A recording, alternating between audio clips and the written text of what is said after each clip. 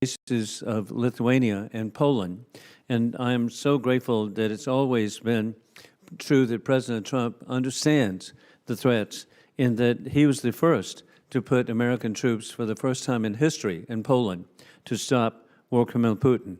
He sent Javelin missiles to the people of Ukraine to stop war criminal Putin's tanks, and to stop the funding of war criminal Putin, he stopped Nord Stream 2, which was so significant as we have a president who understands peace through strength.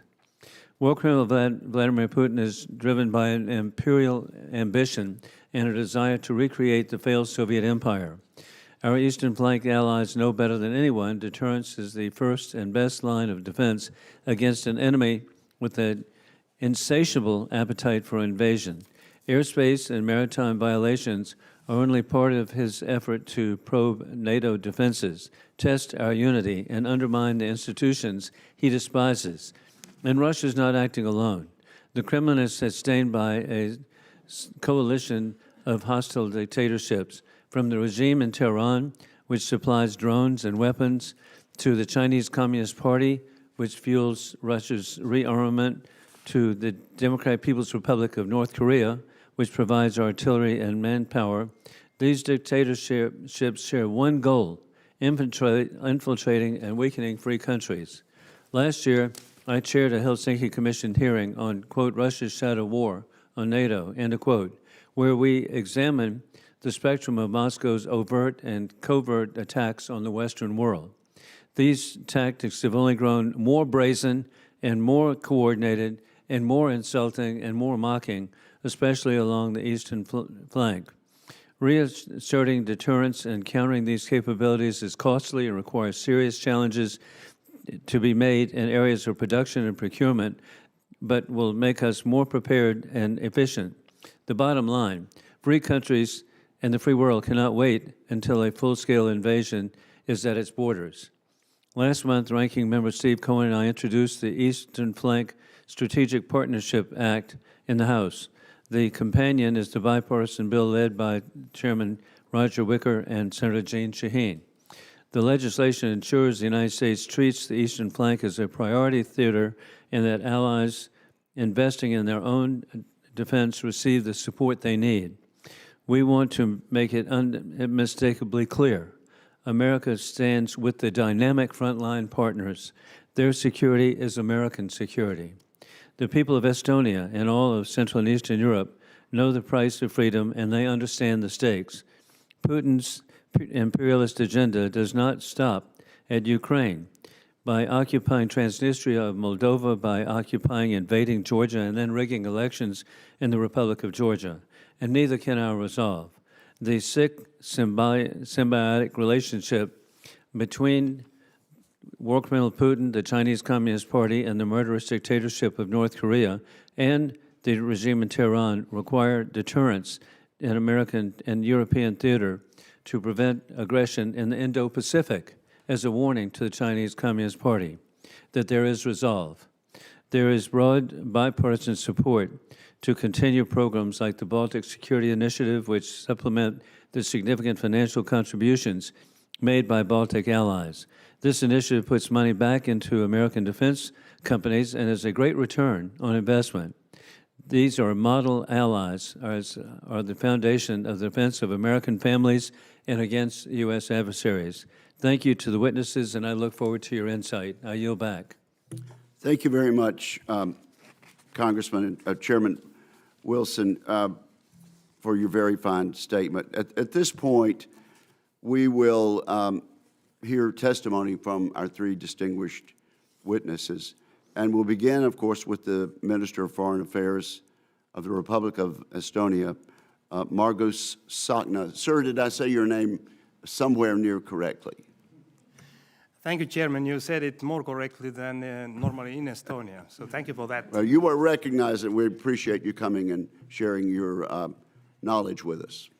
Mr. Chairman, distinguished commissioners, members of Congress, first of all, thank you for the opportunity to testify before you today.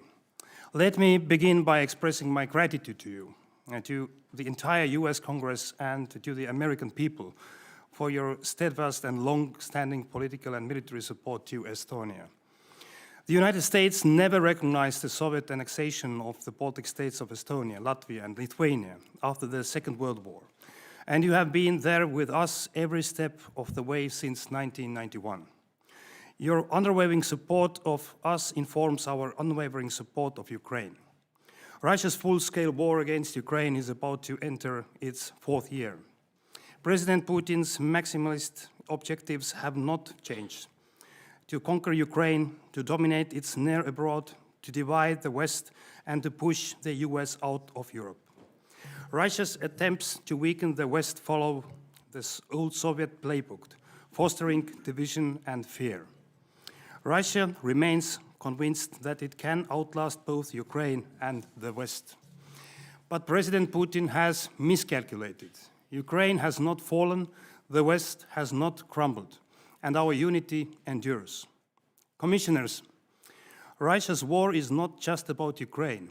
It is a threat to and an attack on the entire transatlantic security architecture. Estonia, like many other NATO allies, has witnessed Russia ramping up its shadow war against the West over the last couple of years. I would like to bring a couple of examples. First, on September 19th of this year, 3 Russian MiG-31 fighter jets armed with air-to-air missiles violated Estonian and NATO airspace.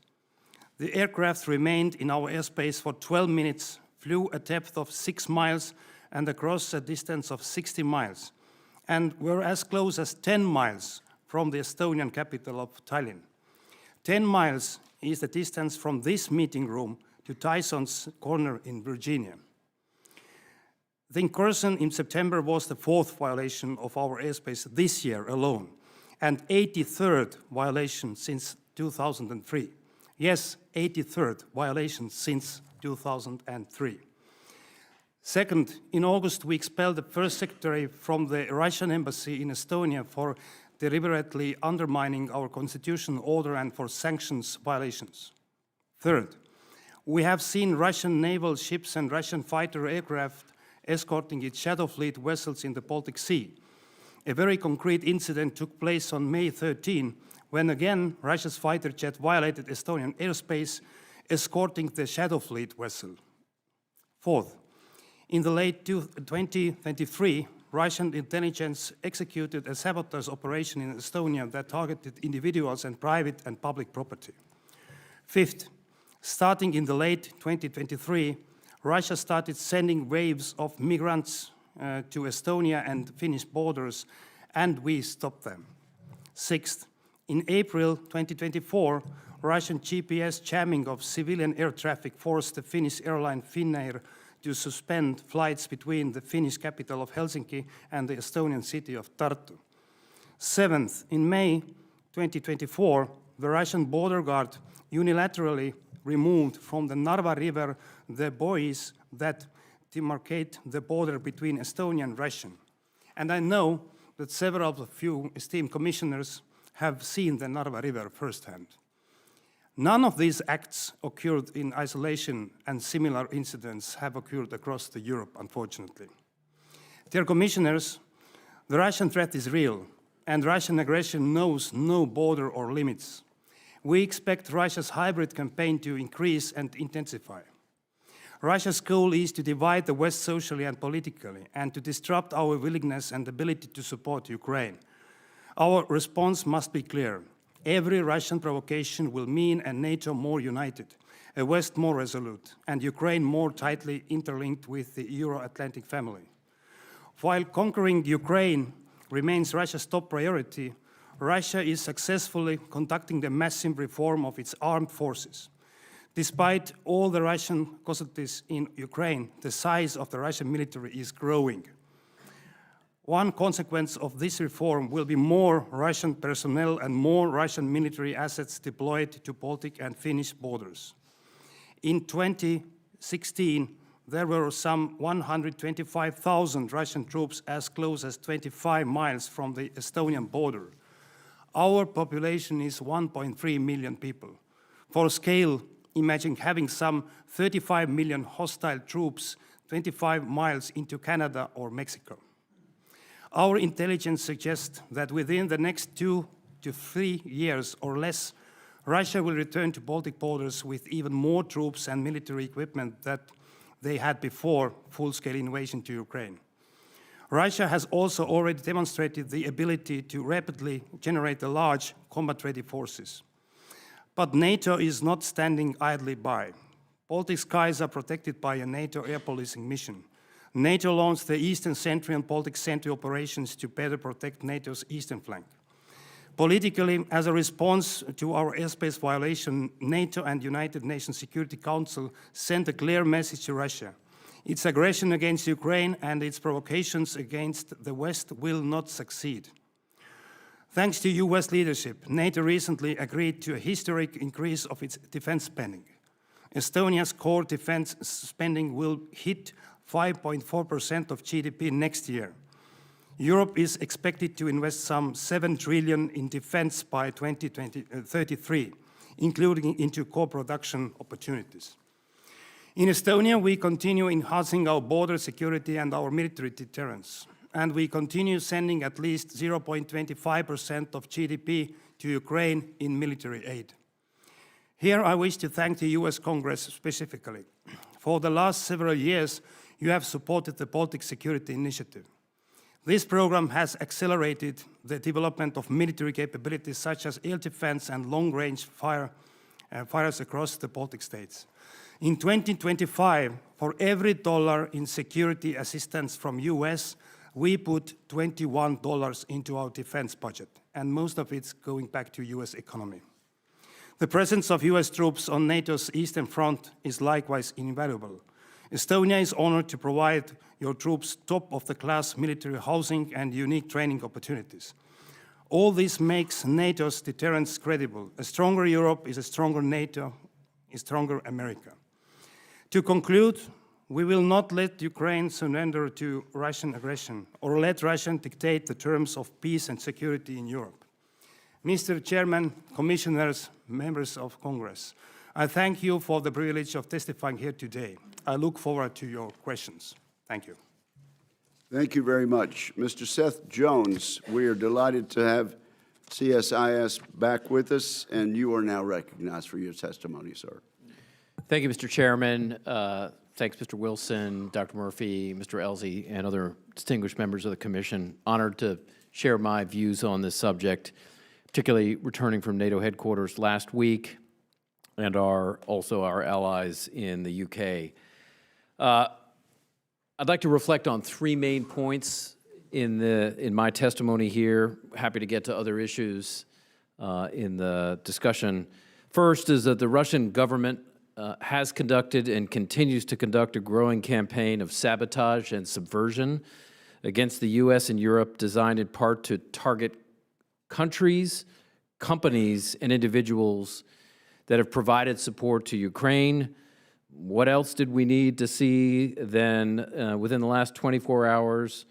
The active sabotage on the Polish rail line that brings material and has brought members of Congress into Ukraine from Poland. Just the latest example of sabotage operations likely perpetrated by the Russian state.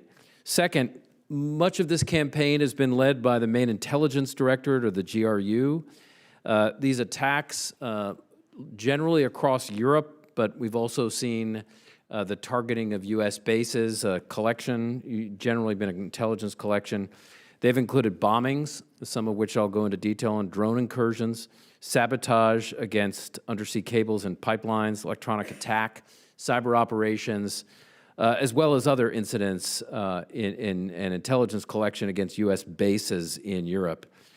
And then third, a subject that I hope we get into in some more detail is I do think the U.S. and Europe need to develop a more effective strategy that includes both defensive but also offensive measures to strengthen deterrence on NATO's eastern flank, including with our Estonian allies, but also to raise the costs on Moscow of its continuing aggression, which is a component of what it is doing in its full-scale invasion of Ukraine and its nuclear saber-rattling. So actually we see a Russian campaign that goes from irregular or sabotage operations through to a conventional full-scale invasion and nuclear saber-rattling across the conflict continuum. My government time has been in U.S. special operations, but it has been much more than those kinds of acts. I think what's interesting is not that the Russians and the Soviets before them have been involved in these activities. Much of that during the Cold War we referred to, and the Soviets referred to, as active measures. But what is new is the full-scale invasion of Ukraine, but also the sheer number of activity. The minister remarked about several of them. According to our data set of Russian activity, between 2022 and 2023, the number of Russian sabotage and subversive acts in Europe quadrupled during that one-year time period, and then tripled again between 2023 and 2024.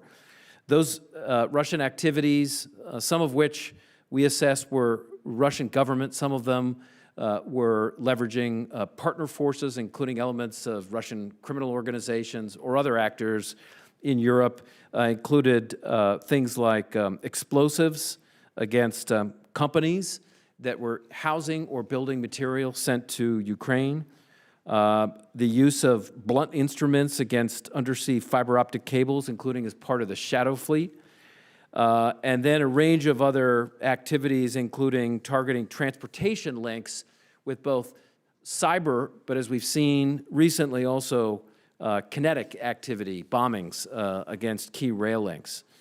There are a range of reasons we assess the Russians are likely to do it, have been doing this. But let me just briefly note that I think there are a number of measures that there have been some helpful steps, but I would just add a few things to consider. One is I think we have to be very careful about a decrease in the U.S. conventional footprint in Europe now.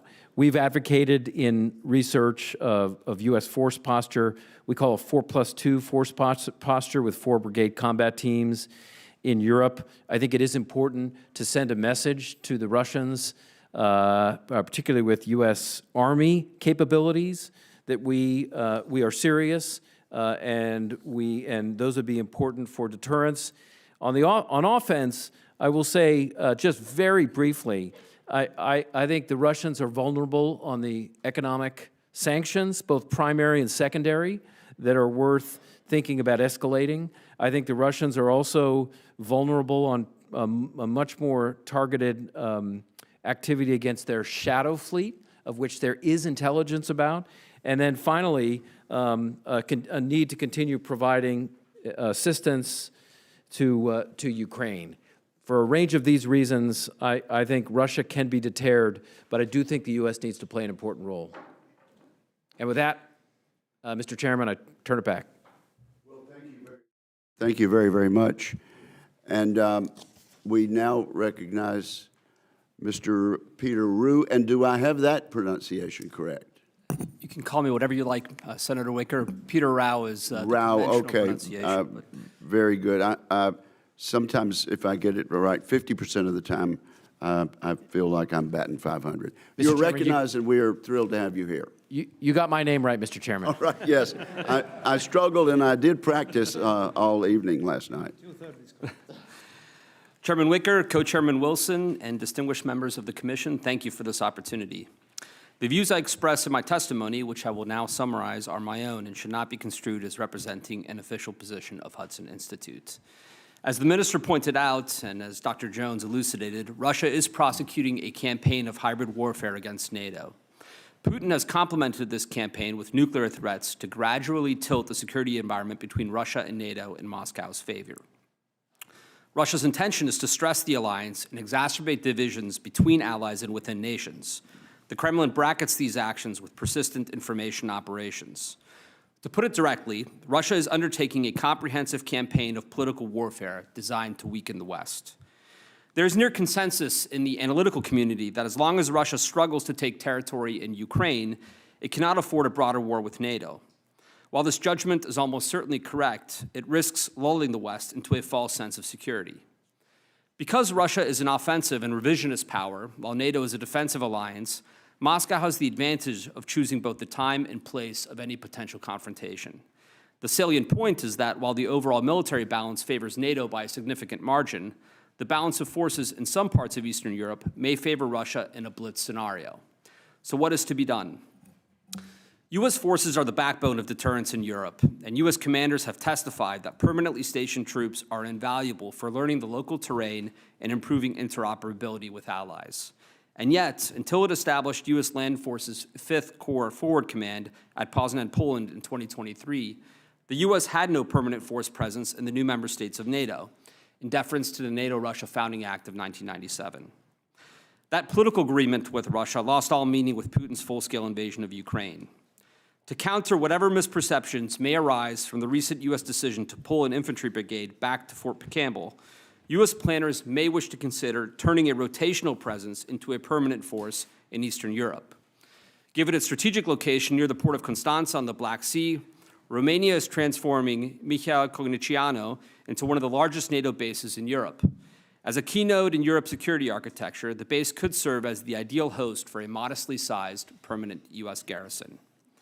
Even so, adopting a purely defensive posture against Russia is unwise, as Seth Jones elucidated.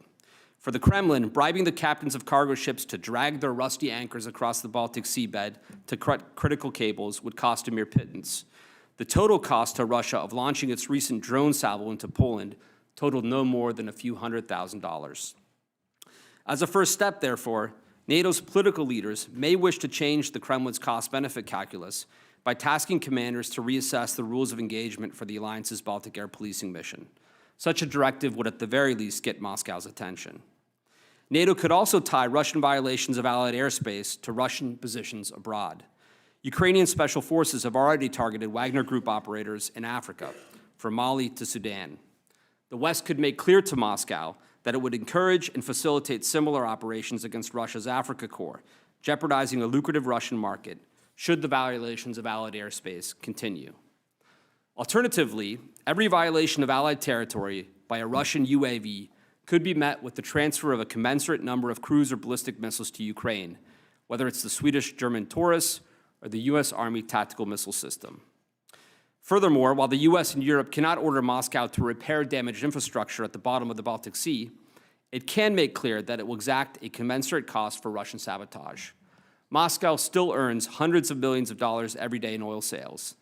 The U.S. is eminently capable of metering its sanctions to mirror Russian actions against critical infrastructure. At the conventional level, to ensure that NATO can execute the family of plans ratified at the Vilnius summit in 2023, NATO's political leadership may wish to empower and encourage SACEUR to test the force through regular SNAP exercises, in addition to the alliance's pre-planned exercises. This would simulate high-pressure conditions and could identify shortcomings and capabilities, while training the alliance to move quickly in an emergency setting. It is far better to strain the NATO force model in peacetime than it would be in wartime. Finally, this past week has proven very difficult for Ukraine, from military setbacks in Pokrovsk to corruption allegations in Kyiv. I'd like to close by reiterating that it remains in the American and European interest to empower Ukraine in its fight for survival. Thankfully, the first billions of dollars in European commitments have served as proof of concept for the Pearl system. As more European countries participate in this arrangement, the program is only likely to grow. It is an honor to testify before you today. Thank you for this opportunity, and I look forward to your questions. Well, thank you very much. And the fact that my phone rang gives me an opportunity to remind everyone to silence all electronic devices. Let me begin by you, Mr. Minister. How long have you been in various public offices in your country? I've been serving on the government level, the cabinet member as a Minister of Social Affairs, Minister of Defense, and now Minister of Foreign Affairs. Altogether, I can say maybe like 6 years, but I've been in the public sector as a representative as well since 2007. So it has been a pretty long time. So you know your people pretty well. Is there any sentimentality in Estonia to go back to the days of the Soviet rule? That is zero sentimentality because of our history. During the Soviet occupation, we lost every fifth of Estonian. And all these stories are still in our families. We know exactly what happened with killings, with deportations, with escaping from the country. And unfortunately, we see exactly the same things happening in 21st century by Russia in Ukraine. And you are very close to your neighbors in Latvia and Lithuania, both physically and also philosophically. Would that be correct to say? It is correct. How many, what percentage of the population in Estonia are principally Russian-speaking? We have close to 30% of Russian-speaking minority. And about the same in Latvia, would that be correct? In Latvia, a bit more, but the scale is the same. And Russian speakers, a high percentage also in Lithuania, is that correct? Historically, Lithuania had less forced immigration during the Soviet times, so they have less than 10%. I'll ask you a leading question. What is your opinion of the absurd assertion of some people in the United States that because residents of other countries speak Russian, they identify themselves more as people desiring to be ruled by Russia? Our experience is that these people, Russian-speaking people who are living in Estonia, they know even better than we how the life in Russia looks like, without freedom, under the terror, and also the threat. So I can say that most of these people, they don't want to have Russia back to Estonia, Latvia, Lithuania. But of course, it depends on the generations as well, because the older people normally remember the good old times when they had special rights during the Soviet occupation. But I can say that based on our study and also experience, we have had cases when Russian citizens who are living in Estonia, they're traveling to Russia, and also some of them they have sent to Ukraine, and they're dead. So they know exactly what Russia means.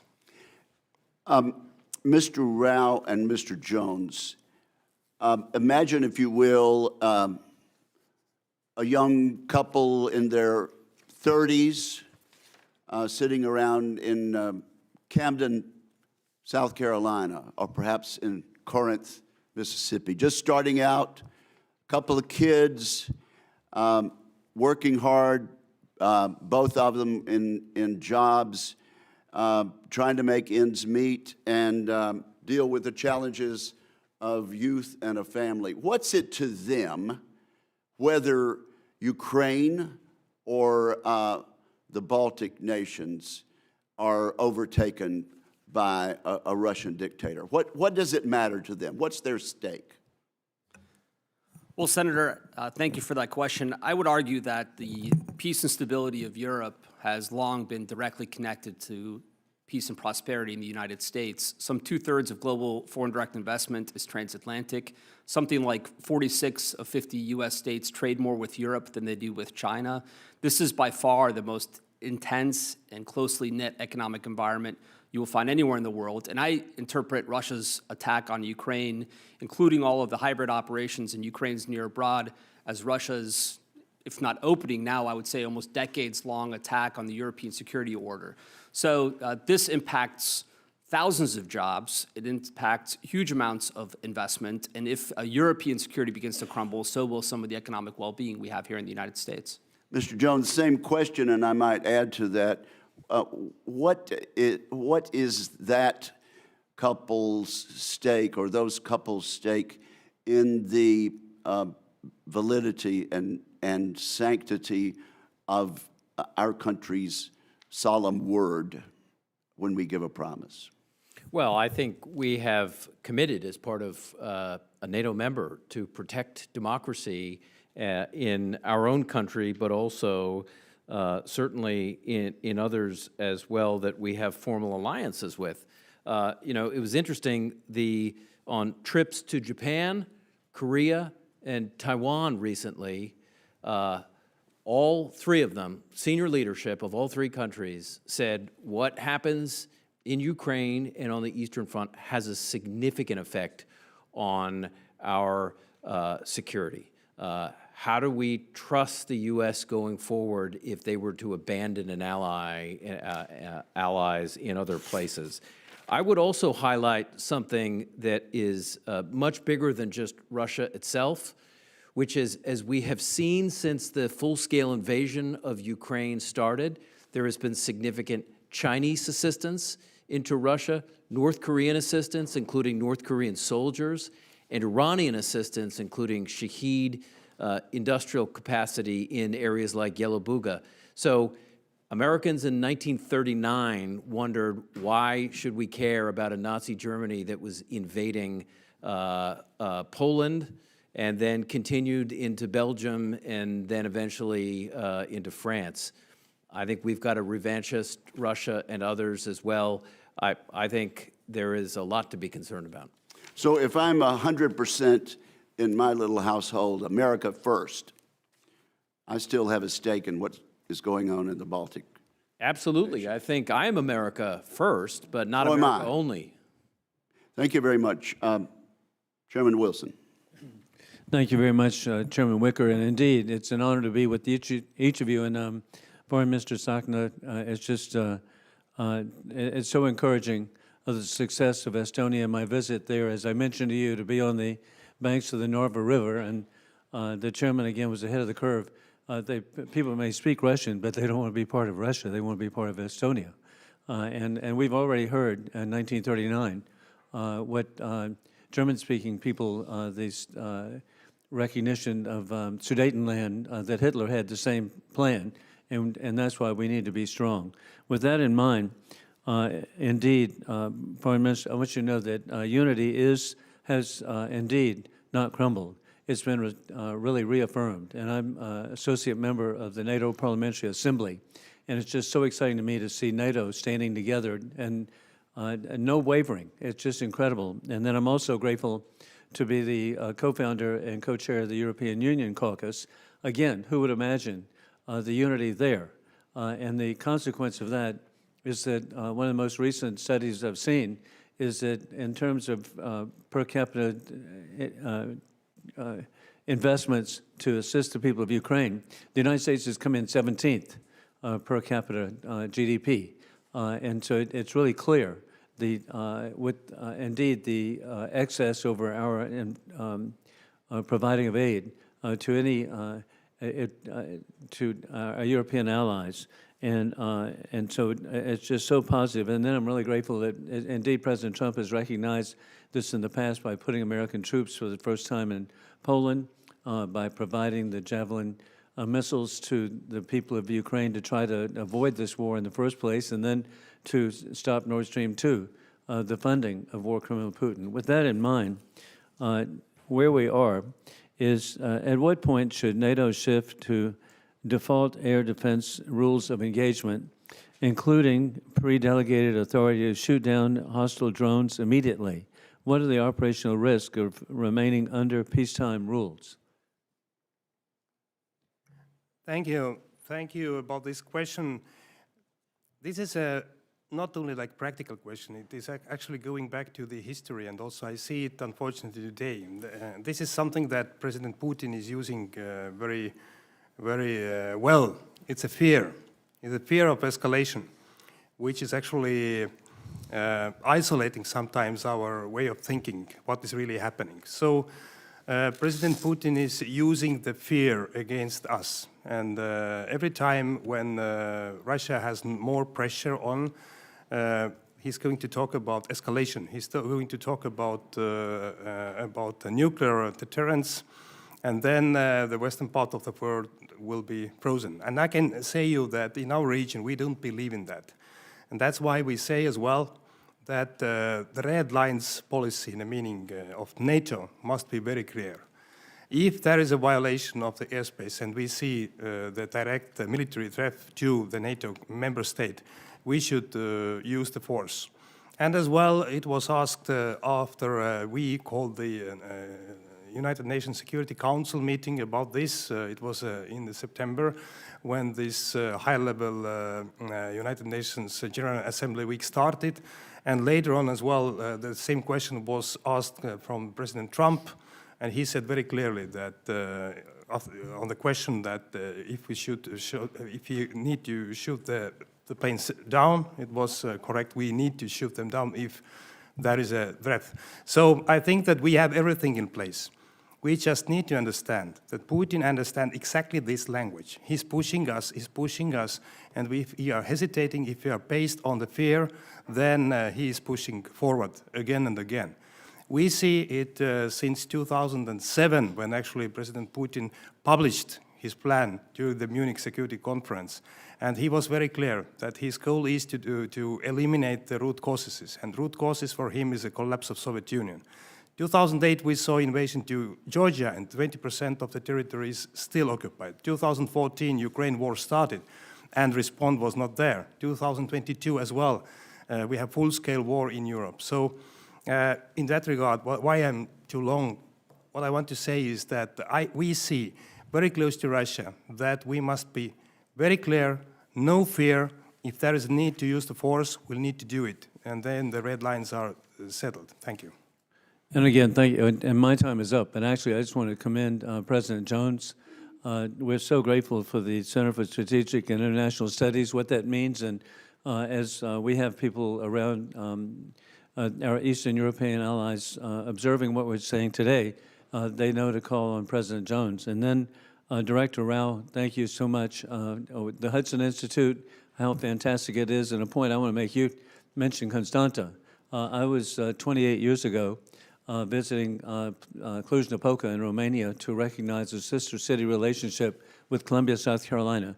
And at that time, somebody said, hey, one day we dream that American ships will be coming to and docking at Constanta. Well, it came true 10 years later, not some far off. So how far? And then, but additionally, 28 years ago, I visited Chelyabinsk in Russia, where it was a sister city program put together, and it was so impressive to me.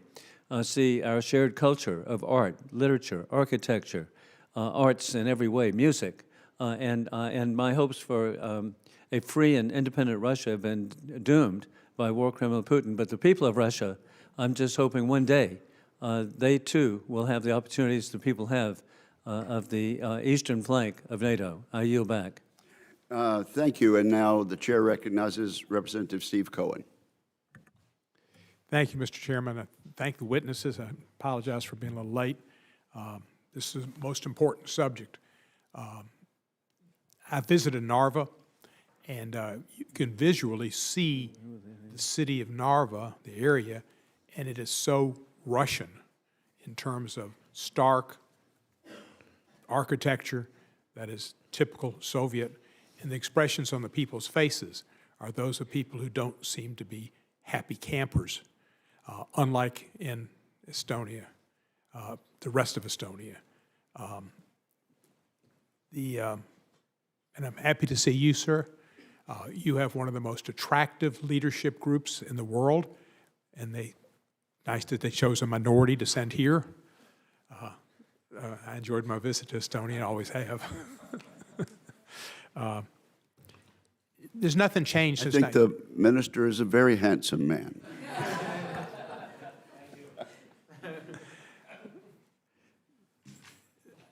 I concur with the chair. But he's in a league of his own.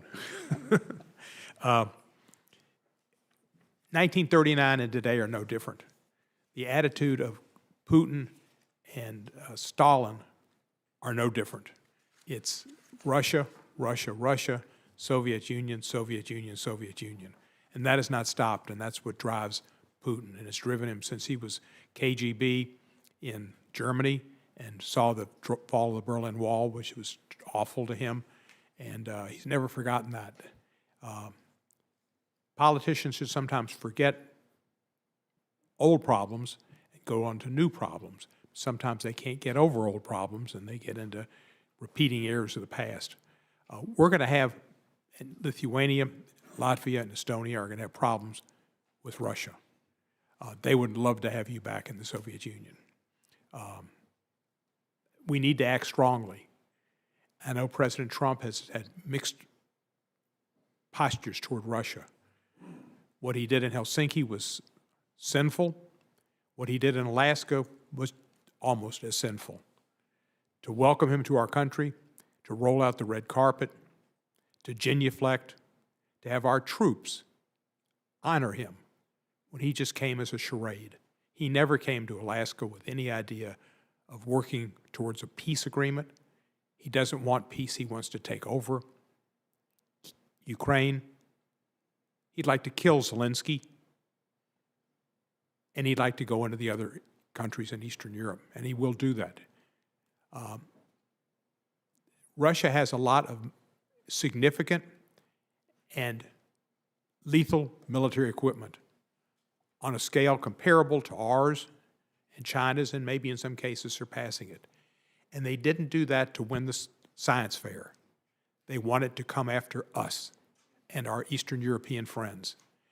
And our president must understand that and strengthen our resolve to help our Eastern European allies, because that is being America first. They will come after us eventually. They want world domination. The planes that they have, the missiles that they've got that can stay in flight for interminable amounts of time are not necessarily intended for the Baltic countries. It's intended for the United States. There's no need for those missiles if they were just interested in Poland and Estonia and Lithuania and Latvia and other countries in Eastern Europe. They're after us. And we need to be prepared for it, and we need to fight, know that Ukraine is fighting the war for us now.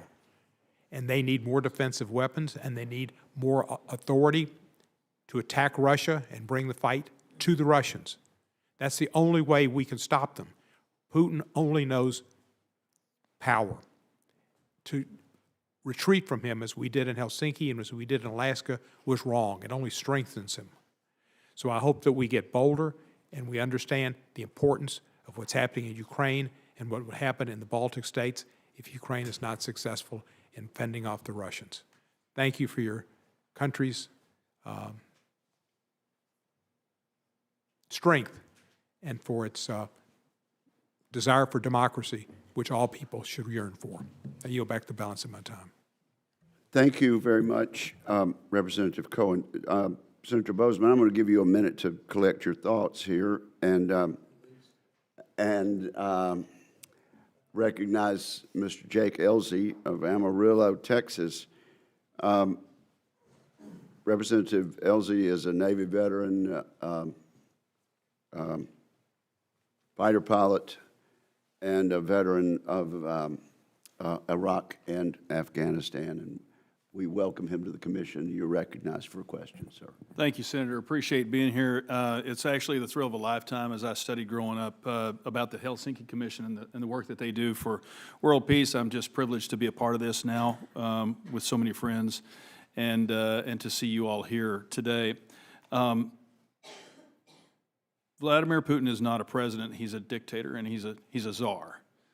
And what we have to understand is these four dictators that very much reflect what occurred in 1939 are now stronger because of the invasion of Ukraine, not weaker.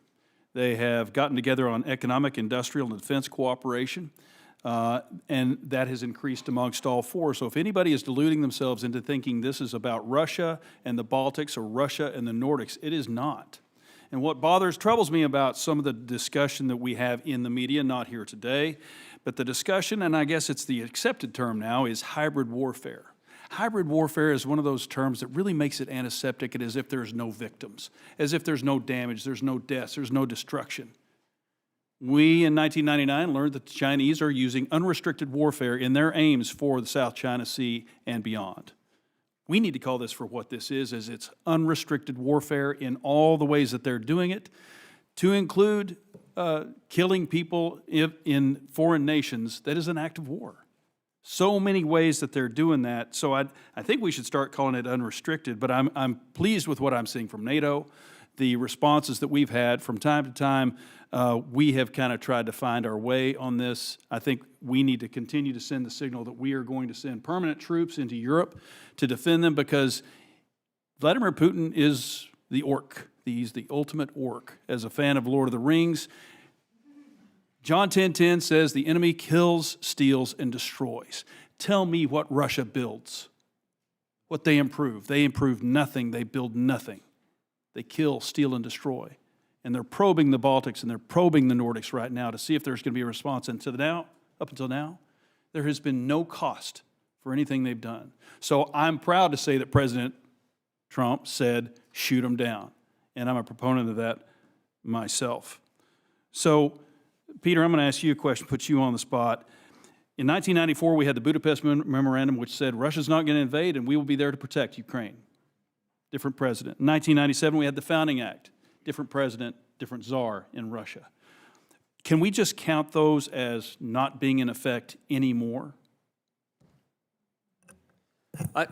First of all, Congressman, thank you for your service, and thank you for your leadership on national security issues since the moment you've entered Congress. It's been a pleasure getting to know you and watching you at work.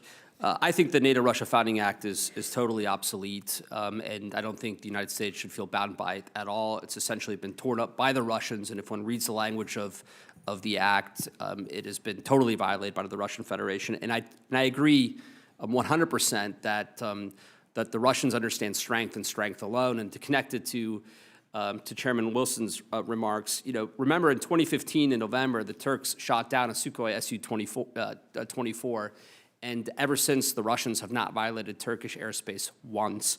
Now, we shouldn't, I think, act brazenly. These are MiG-31s that violated Estonian airspace, certified with dual-use nuclear-capable Kinzhal missiles. But nonetheless, at least looking at rules of engagement, I think, is a way to flip that cost-benefit calculus for the Russians and make them think twice about violating airspace for 10 minutes, which is a level of audacity that has to go challenged.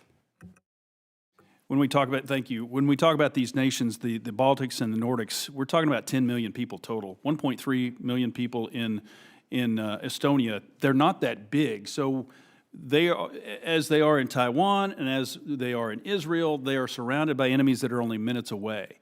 So do you have the capacity right now? Do you have everything you need to defend yourself in case this incursion comes again? And through Article 4, we have now said it's time to knock one down. First of all, the Nordic Baltics economy together belongs to the G10 economies. And actually, Nordic Baltics economy is together exactly the same size as Russia. If you're adding Poland, it's 150% of Russian economy. So economically, we're very powerful. Now, if you're asking the question about military capabilities, of course, we have our own capabilities, but we are committed to NATO, and also we have agreed the NATO defense plans regionally. And they are good plans, actually. Since 2 years ago in Vilnius, we agreed the new defense plans. There are gaps we need to fulfill, and that's the reason why we're now increasing heavily the investments to defense. Of course, we have capabilities to fight back, but if we are talking about the full-scale invasion from Russia, so we need full NATO. We need as well the US commitment there, and that's why the NATO unity is most important. Thank you. Senator, my time's up. It's an honor to be sitting at this table with you and these other distinguished members. Thank you. Thank you very much. And now I recognize Representative Murphy of North Carolina. In addition to being a representative, Dr. Murphy is a urologist and has been a missionary in both India and Haiti. And so we welcome you to the committee. Thank you, Mr. Chairman. Commission. I appreciate it. And as with Representative Elsie, I'm honored to be part of this august group. We sat together as a unified body, House and Senate, a few years ago before this monstrosity ever occurred. We were with the Chief of Staff, Armed Chiefs of Staff. We were with Defense Secretaries, and we sat and we looked on the wall and we saw how Ukraine was bordered by three sides by Russian troops, and we did nothing. We didn't arm Ukraine. We didn't want to, quote, poke the bear. I pray that if the same thing happens with the Baltics, we'll have the fortitude that we don't wait for an action, that we prevent the action by arming the people, by coming up and not fighting a defensive war. It's so much that inaction led to a lot of action by Putin. I pray we don't make that same mistake again. And I think a lot of the things that, sadly enough, occurred in Afghanistan have led to the debacle today, led to the loss of 1 million lives that should have never happened. So if that ever happens, God forbid, I pray that who's ever in the administration to this point, to that point, prevents that from happening. I will ask this, is there any public campaign within Estonia now, or any of the Latvian states, that is anti-Putin? Is it all just fear of what's going to occur, or is there any anti-Putin campaign? Thank you for these remarks. First of all, I would like to commend the first part, is that we agreed in Vilnius 2 years ago the new NATO defense plans, and they were exactly based on the experience what we see now in Ukraine. And of course, you can imagine that for Estonia and Latvia and Lithuania, we have a territorial depth like 200 kilometers. And the idea before was that, of course, if Russia will be aggressive and invade NATO and the Baltic states, then finally, of course, NATO will win the war victoriously. But the sad thing is that taking back the territories, there will be no Estonian, no Latvians, no Lithuanians left. So that's why we changed this strategy and also the plans. They are very good plans. But Russia must know as well, and they know, of course, that if deterrence is not working, and I do hope that it will work, but if it's not working in the future, we will be ready from the first second to hit into the heart of Russia and take down all the targets which are supporting this kind of aggression. And this is exactly why we are now investing heavily to our defense capabilities regionally, but of course together with NATO and also with allies as US. So this is the understanding. And why I'm talking about this is that actually people of Estonia, we are not afraid of Russia. We don't fear. We have no fear. We have been living there 10,000 years, and we have planned to continue for the same long time. And we just know what may come. This is a big difference. If you know what may come, then you're not afraid. You're just preparing for that. We are very practical. So that's why we decided in the beginning of 1991, after regaining our independence, 2 things. First, we fight back this time. We didn't do it in 1940 and 39. And the second, that we never be alone again, because at this time we declared that we are a neutral, peace-loving country. But actually, Stalin and Hitler, they didn't care about that. So we didn't fight back, and we were alone. We wanted to get good relations with Moscow, with Berlin, with Paris, London, and Washington at this time. But now we made our choice. Never be alone again, and we definitely fight back. And Russia should know that, whatever it costs. And it's not based on fear. Thank you. Thank you. Mr. Rao, let me ask a question. Getting into the mind of Putin, getting into the mind of Stalin, the other despots that we've seen in the world, how do you change that man's mind? Because I would submit that while many criticize the president for trying to do what he did, he tried to give him an out. I don't know. That's not my understanding. I would just love to know, how do we give Putin an out to back out? Because he's not going to do it, seemingly not going to do it on its own. Interested in your thoughts. There was a wonderful description of Putin in the early days after the full-scale invasion, reported in, I think it was the Financial Times, where a reporter asked a senior Kremlin source close to the president who the President Putin was relying on to go to war, who he was listening to, and he said he had his 2 primary advisors, Ivan the Terrible and Catherine the Great. Oh. So there is, I think, an imperial quality to President Putin, and we've seen it on display in the now famous, infamous interview he did with Tucker Carlson, where he went off on a long historical soliloquy. The reports out of the meeting in Alaska are similar, where apparently President Putin began with a lengthy historical excursion, talking about Yaroslav the Wise and other figures of Russian imperial past. And so there is sort of a grandiloquence, a sense of historical boasting that is, I think, at the core of Putin.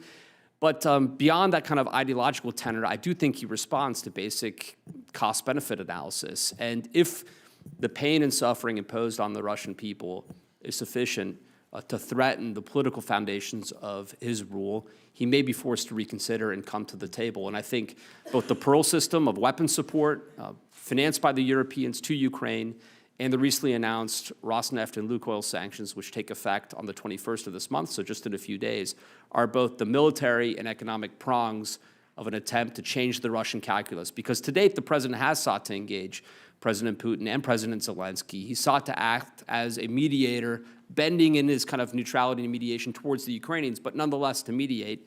And since I think he's been frustrated by Russian obstruction, by Russian inflexibility, he's now trying to change the calculations of the Russians by applying some pressure. And we'll see, as President Trump put it, when President Putin, or maybe it was Lavrov, the Kremlin spokesperson, scoffed at the sanctions announcement. We'll see if he's still laughing in 6 months. Thank you. I'll yield back. Senator Bozeman can also be called Dr. Bozeman, he's not only a foreign policy expert, having actually lived in Europe for a time when his father was assigned over there, but also he's in charge of agriculture policy over on this side of the Capitol, and he's mighty busy. But John, we appreciate you showing up today and lending your expertise to this important subject. So, Senator John Bozeman. No, thank you so much, and it's so good to be with you all and to have such a distinguished panel to come and tell us what we need to be doing. And I thought it was interesting, I think we all know that the airspace incursions are a method of destabilizing our countries and collecting intelligence. List goes on and on. Congressman Ellzey suggested that we shoot them down. President Trump has. I think if you polled the panel here, you'd probably find a bunch of people that would be in that camp. But the reality is besides doing that, you've got all the other stuff that's going on, the cyber war that's taking place, the disrupting our elections, arsons, assassinations, the list goes on and on. So if you do, take out one, you've still got the others to deal with. You mentioned the sanctions. And I guess what I'm asking is what do we feel like is the best, most comprehensive way to deal with this? How do you make it such that the Russians actually feel, a response from a unified West that actually does help us hurt them? Thank you. But first of all, I would like to thank Senator Bozeman. I was 2 years ago in Arkansas, and this is a good example that we actually bought the HIMARS systems from Arkansas, and also this is a good example how the Baltic Security Initiative added as well value from Estonia is going back to U.S. industry, and now these HIMARSes are working well in Estonia already. So thank you for that cooperation. But yes, what we need to do what we need to do. It means as well what we need to increase our capabilities. We need to actually be committed to our plans. First of all, invest money and the military capabilities. But the problem is aggressor. The problem is Putin. And the only way out is the peace through strength. It means as well increasing heavily the pressure on Russia. We have put on already the 19 packages of sanctions from European Union side. The 20th is already preparing. So we are ready, very close to make decisions to use the Russian frozen assets. We're talking about more than 200 billion euros, which is frozen in Europe. And Estonia has been pushing this process already close to 3 years. And now we see the political willingness to do it in Europe. I do hope that it will happen in December. As well, the European Union has a leverage and opportunity to put tariffs on export from Russia and Belarus to Europe, mainly about energy, which doesn't need consensus. You know, probably our complexity about European Union, about sanctions, we need consensus, 27 countries.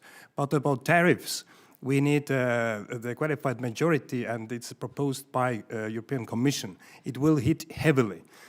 So as well, we are very much welcoming the President Trump's decisions on putting sanctions on two the largest energy companies, as well the secondary sanctions. I do hope that the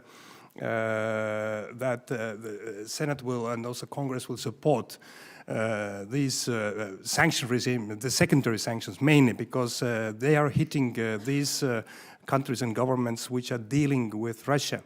So I was in a visit to China just last week.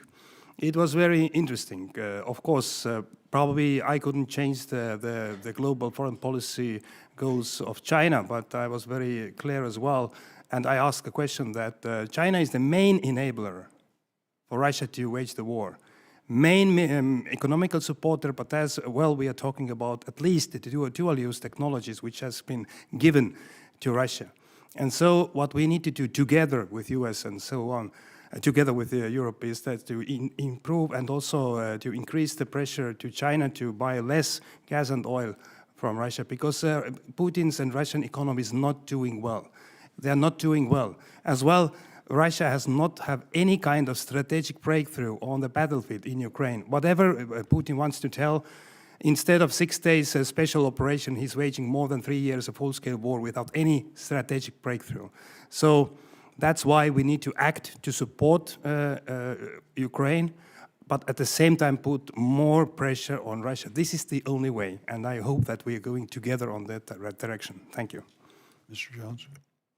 Just to add on the Russian challenges, it's not just that the Russians surpassed 1 million casualties over the course of the summer, which is extraordinary, and it's not just that the Russians, the average rate of advance is slower than during the Somme, during World War I, but it's also that if you start the Soviet campaign at Operation Barbarossa when the Germans invaded, and you fast forward 3 years and 9 months, they were in Berlin. Today, if you fast forward that same amount of time from the beginning of the full-scale invasion, they're in Pokrovsk. It is a shell of the Soviet Union. I would add that the Russians are vulnerable on the economy, and I think that is an area where that we can exploit. I agree, they're grappling with inflation, labor shortages, brain drain. I think increased sanctions would be very difficult for President Putin. I also think, and I would just add one other area, is a much more targeted effort at identifying and then trying to shut down elements of the shadow fleet, including sanctions against some of the flag vessels that are illegally shipping Russian oil and gas. There are other elements of that, including listing and sanctioning insurers that are providing insurance to the shadow fleet ecosystem. So sanctions and I think a couple of other steps, including the shadow fleet, will start to put a dent in the Russian economy, which is not doing anywhere near as well as Vladimir Putin would hope, and certainly not as well as he's telling his own population. Thank you. Mr. Further questions, Senator Bozeman? Do you want to? Sure, I'm happy to add to that. I would just say that there are, I think, symmetrical responses available to the United States and to NATO when it comes to cyber aggression. President Trump has shown in 2018 by shutting down reportedly the Internet Research Agency in St. Petersburg that we can punch back in that domain. Maybe it's time for the lights to go off in the Moscow metro for a warning, for them to get the message that they can't undertake similar attacks in the West. Maybe it's time to facilitate, encourage, support Ukrainian special operations against Russian positions in Africa if they sabotage us in Europe. Maybe it is time to dial up the sanctions in certain areas to essentially fund or pay for or force the Russians to feel the pain from their own critical infrastructure attacks in the Baltic Sea. And I would add on the economic sanctions front, while I'm not an economic determinist, I'm not a Marxist, I do think that the pain is real. On Friday, the Russian Statistical Agency reported essentially stagnant growth, 0.6% GDP growth in the third quarter over a year ago. Their inflation has decreased a little bit, still hovering around 8%. And I think on October 24th, the last rate cut was to 16.5% in the key base rate in the Russian system, which makes borrowing costs incredibly painful for Russian businesses. Inflation's a problem, economic growth is stagnant, high borrowing costs. And now there's talk, according to the Russian Finance Ministry, of a VAT increase from 20 to 22% next year, which shows that the National Wealth Fund is beginning, the liquid portion is beginning to run dry, and they have a big budget deficit that is yawning and on the horizon. So I think the Rosneft and Lukoil sanctions, which takes about half of Russian crude oil production into attack, will begin to really shape at the end of this week and beyond. And already, just to take one example where this has positive follow-on effects for the United States, the port of Burgas in Bulgaria, which processes about 140,000 barrels of crude oil per day, is now being taken in receivership by the Bulgarian government. It's a Lukoil asset. And instead, the U.S. is forging, through the 3+1 ministerial, I think just this week in Athens, a new vertical corridor energy partnership where American LNG from Athens through Bulgaria up through Romania, Moldova, can go to Ukraine to help deal with some of their natural gas shortages. We are pushing out, in some respects, the Russian energy dominance of this part of the world, and we'll be able to replace it, I think, with the U.S. system, and that's in our national interest. Thank you, Mr. Chairman. We'll take another round if you gentlemen can stay with us. To what extent does the average person in Moscow or St. Petersburg, the population centers, hear our point of view? What are their sources?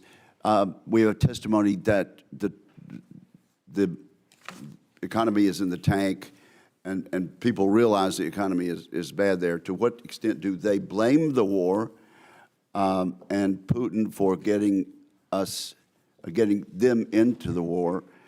And then if anybody would also like to talk about the legislation that would sanction Russia in terms of actually being an international terrorist nation because of the abduction of children. So who would like to start first? Mr.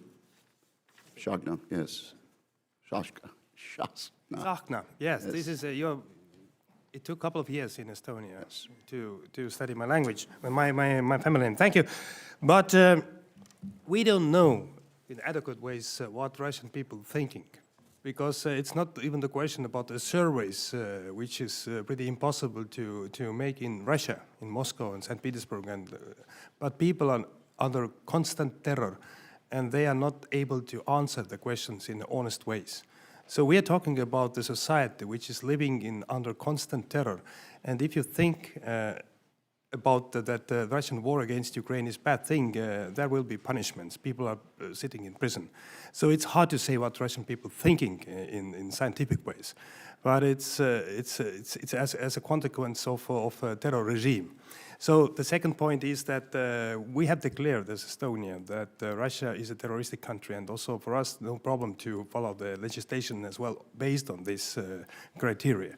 So, and also as well, accountability is at the same time very important topic. We are talking mainly about what is happening on the battlefield and what is happening with territories, but as well, under the Council of Europe, we have called the initiative, which is the special tribunal about the aggression crimes of Russia.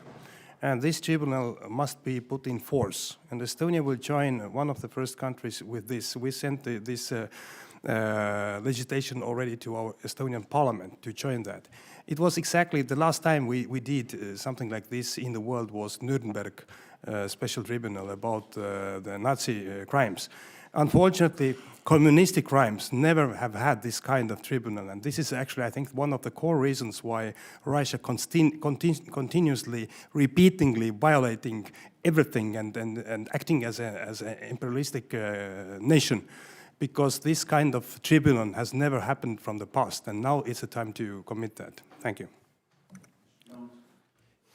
Every week, every month, and certainly every year since the Russian full-scale invasion of Ukraine, the Russian state has become even more authoritarian, even more concerned about stability, and even more concerned about the views of its population.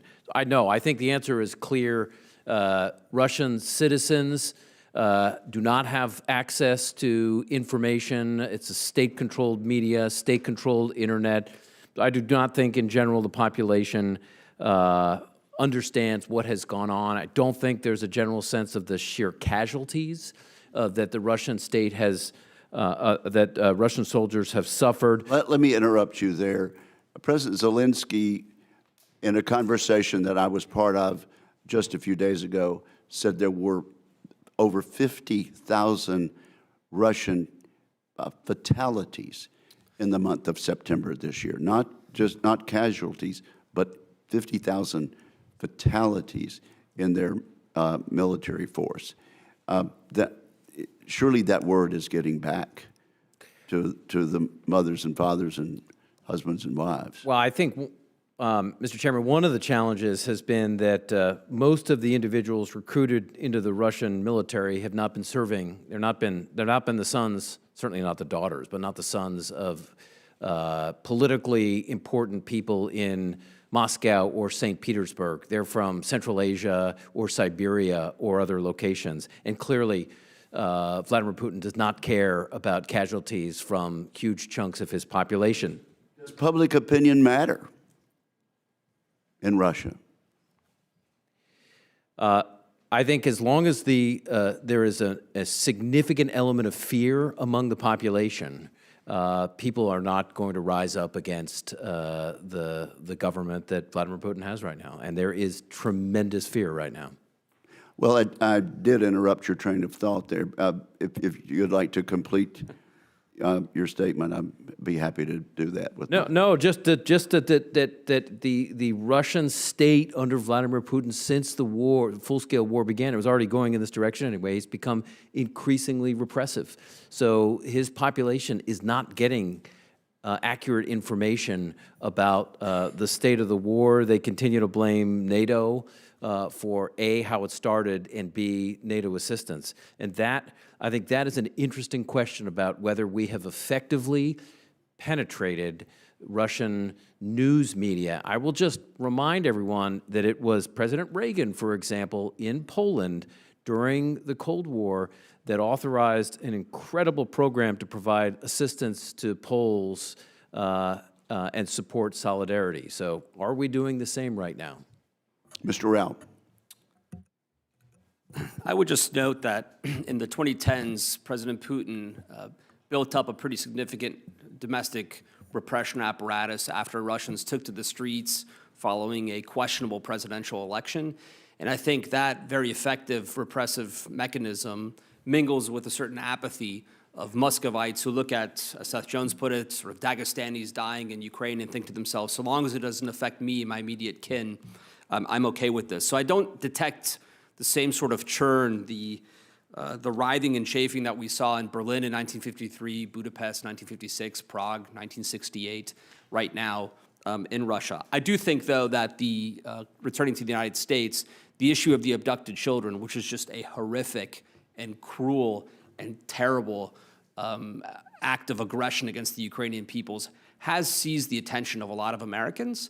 And when advocates for the Ukrainian cause tend to travel outside of the Beltway and speak about this, many Americans that are unaware of it are really gripped by it. And to connect to your opening question, Senator, about what does someone in Corinth, Mississippi, care about what happens in Ukraine, I think this really does offend the conscience of Americans, even if Ukraine is considered a place far away, not to mention that they are backed by some of the most odious dictatorships in the world, whether it be the People's Republic of China, the autarkic, essentially concentration camp that is modern-day North Korea, and then the Islamic Republic of Iran. So from the First Lady down to the average American, this is an issue that I think has gripped them, and it's an opportunity to demonstrate.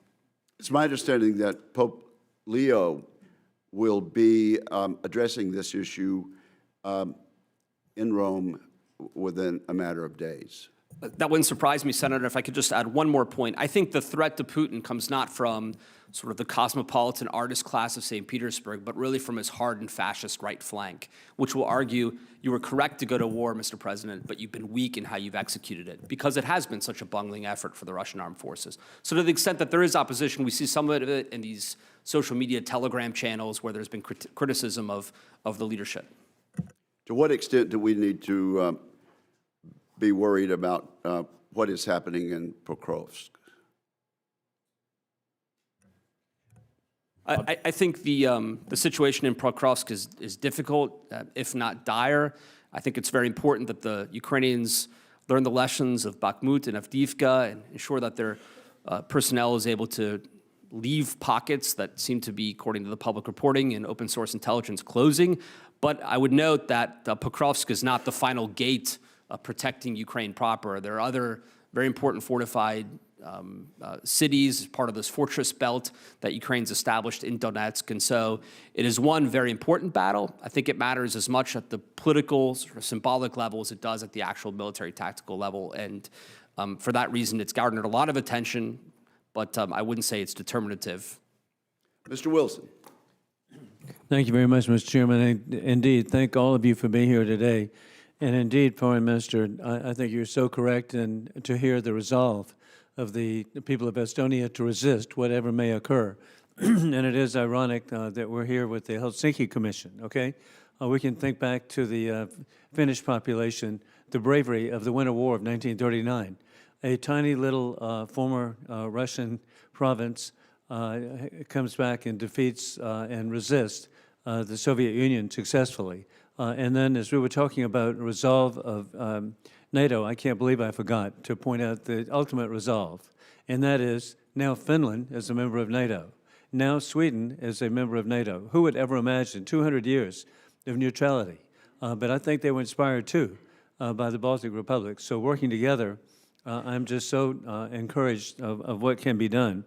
But putting that together too, what more can we do to advance the capabilities of our Baltic allies in terms of technology such as drone technology and counter-drone technology? Thank you. Really, the Winter War you mentioned that Finnish people fought. Actually, this is something we as Estonians we are following, and also this is our mistake that our democracy didn't work so well in 1939, but it worked better in Finland because Finnish people had an opportunity to decide, and then they started to fight back. Estonians, I think, were ready. We were ready at the time, but finally there was an agreement, and then it was too late. But also we fought our freedom in 1918 to 20, and we were actually victorious against the Soviet Russia at this time. But what we can do, of course, the understanding that we are doing our part, but U.S. Presence militarily in our region is very important, and this decision has been made right now that U.S. troops will remain in the Baltic states and Poland. Any messages that the U.S. is withdrawing troops from Europe is a bad thing, because Russia definitely will use it. I'm not talking only about the military capabilities, but I'm talking as well the messages to our people, to European people, because Russia and Putin will definitely use that as a sign that U.S. is weak and withdrawing the troops because of them, because of Putin. And this is a very, very wrong way to go. As well, on practical level, it is very important, and very grateful for the Congress support for the Baltic Security Initiative, as I mentioned before. These are practical things. But as well to understand the main principle that aggressive Russia is not a problem for Ukraine only. Aggressive Russia is a problem for all of us, and we are ready to do our part. We are ready to stand there. We are ready to support Ukraine. And also, what is the clear thing is about security guarantees for the future, if the just and lasting peace will come. We in Europe must understand, and I think that we are ready, that we must put the skin in the game to secure Ukraine, to give the relevant security guarantees, not the guarantees which are written on the paper and which are not costing anything in the near future, as it happened with the Minsk agreements. Of course, Estonian position is clear that we cannot take down the opportunity for Ukraine in the future to join the NATO, because this is the most efficient security guarantee. But as well, we as a bordering country of Russia, maybe a good example that if the coalition of the willing will go and decide together with Ukraine that security guarantees needs boots on the ground, we decided this March, as an Estonian government, we will be part and participating boots on the ground military capabilities, even we are the neighboring country of Russia, if there is need for that. Because if we give the solid security guarantees for Ukraine, then these guarantees are for Europe as well. Thank you. Thank you. And indeed, Director Rao, I appreciate you bringing up about Burgas. That I want to know more about that. But you also identified, indeed, the political composition, sadly, of the Russian Federation is fascism. It's fascism with a combination of mafia.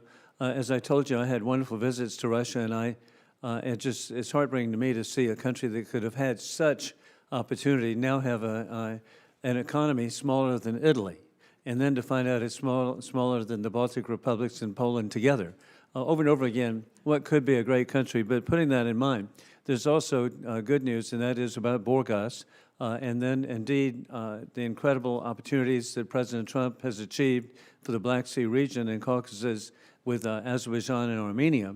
But a tragedy truly is the rigged elections in the Republic of Georgia.